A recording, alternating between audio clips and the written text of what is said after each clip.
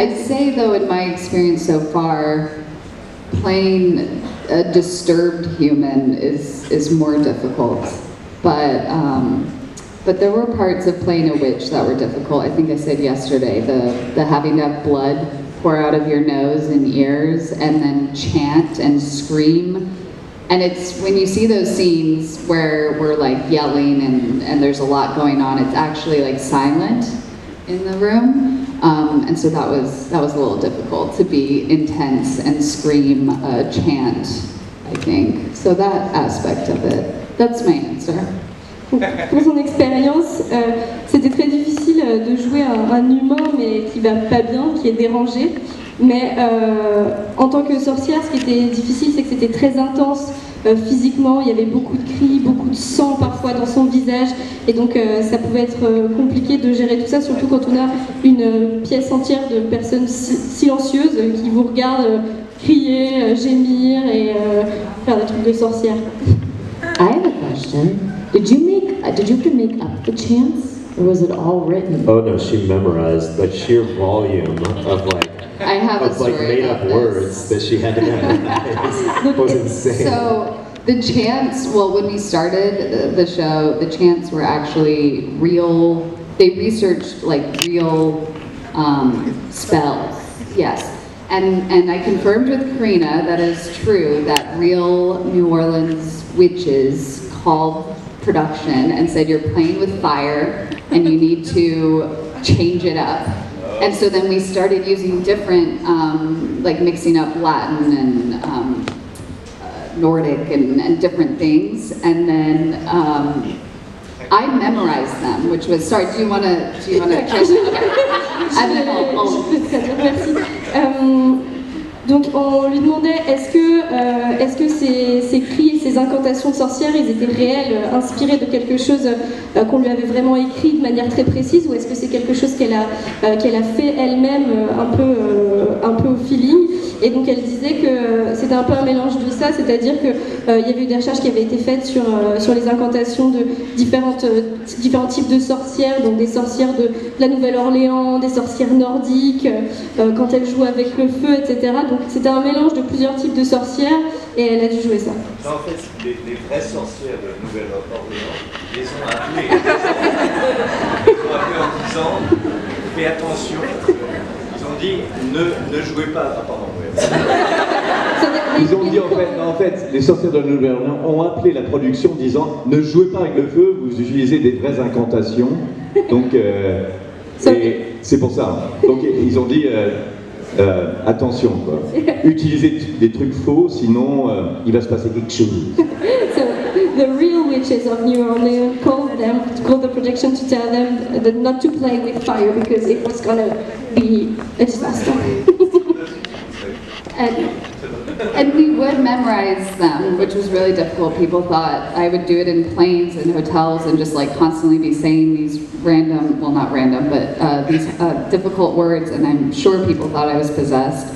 But some of our actors were really good at improvising them, to answer your question, like Charmin. And one time I was having difficulty during a scene, I kept forgetting the chant. I think it might have been, you might have been directing, Gillies. Oh, yeah. And so then I think we were like, let's just improv during that part, and I just yelled out Al Pacino, which isn't a spell, and I never improv spells again. Al Pacino. Tout le monde pensait qu'elle allait facilement se rappeler de toutes ces incantations dans des langues un peu étranges par cœur, avec vraiment des mots bizarres, mais en réalité c'était un peu difficile pour elle. Alors parfois elle se mettait à crier des choses un peu comme Al Pacino par exemple dans ses incantations. But what was interesting to note though is that once in a while, if you really fought for a thing that you thought was interesting, it often made it into the show. Like if you did a thing and you thought, I'd really like to try this thing, and it made it in, and from then on the writers would never not write that thing that you did. Like, Yeah. forever, you know. Donc le show était quand même très écrit, c'est-à-dire que vraiment la grande majorité de ce qu'il jouait était très écrit, mais c'est vrai que parfois, en connaissant ce personnage, quand les acteurs commençaient à avoir des idées de phrases ou d'actions qui pouvaient être intéressantes pour leur personnage, bah, ils en parlaient, et c'était rare que les réalisateurs et les scénaristes ne le mettent pas dans le show. I think the biggest improvisation curveball I threw the writers was going, surprise, I'm pregnant, you have to rewrite all this stuff. Et je pense que la plus grosse improvisation qui est faite au scénariste, c'est un jour d'arriver en disant « On m'a surprise, je suis enceinte, donc maintenant il va falloir réécrire mon personnage autour de ça. » But Caroline's daughters were pretty freaking cool.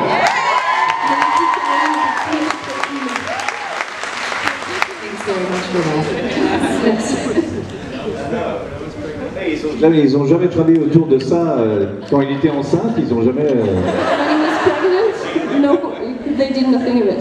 I know the one improv that they kept is when I talked to Joseph, I came up with boy, and they kept it in. That one scene in Vampire Diaries, I started calling him boy to sort of bring him down, to demean him, and they kept it. Because every time I would come up, I'd be like, boy! Donc il y a une scène, c'est lui qui a improvisé quand il est arrivé et qu'il a dit boy, et après ils ont gardé ça à chaque fois. Pendant la scène où il était en train de soumettre... Qui j'ai pas entendu? Oui, c'était la scène où Joseph... Oui, je devais rentrer dans la maison, mais je ne peux pas rentrer parce que je n'étais pas invité. Ouais, enfin vous vous souvenez. Usually the fans know better than, yeah. Vous savez mieux que lui. I, for one, was really looking forward to coming. I've never done a convention in a country where I don't speak the language, so I was a little bit nervous about that, but I am really excited. Paris is so beautiful, painfully beautiful. And then also, I can confirm, I came here this morning and I asked everybody, I was like, how was it? And they were like, it was the best. These guys are the best, they're the sweetest. So, yeah. Elle a entendu parler du fait que c'était très bien passé et que tout le monde était très gentil, c'était une très bonne convention. Elle adore la France, elle est très contente, elle trouve que Paris c'est une ville vraiment très très belle. Et c'est la première fois qu'elle fait une convention dans un pays dont elle ne parle pas la langue.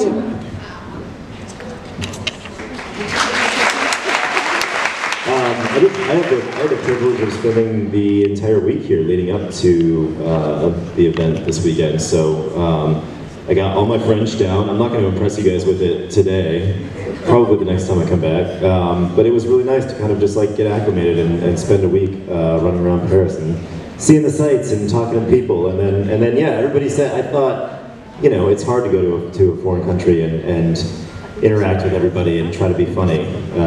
So, you know, I think I'm just going to throw that away for the day. I'm not going to worry about it.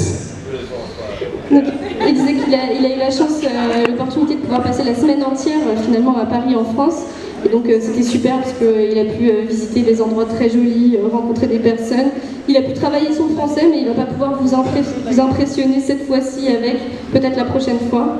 Donc c'était intéressant pour avoir l'occasion de parler aux gens, mais c'est difficile d'interagir et d'être drôle quand on ne parle pas la langue.